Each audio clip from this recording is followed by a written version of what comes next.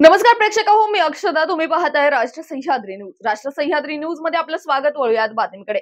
नाशिकच्या MG road परिसरात mobile accessories wholesale भावात या ठिकाणी मोबाईलचे विविध वस्तू मिळतात. यामुळे ग्राहक या ठिकाणी मोठ्या प्रमाणात येत असतात.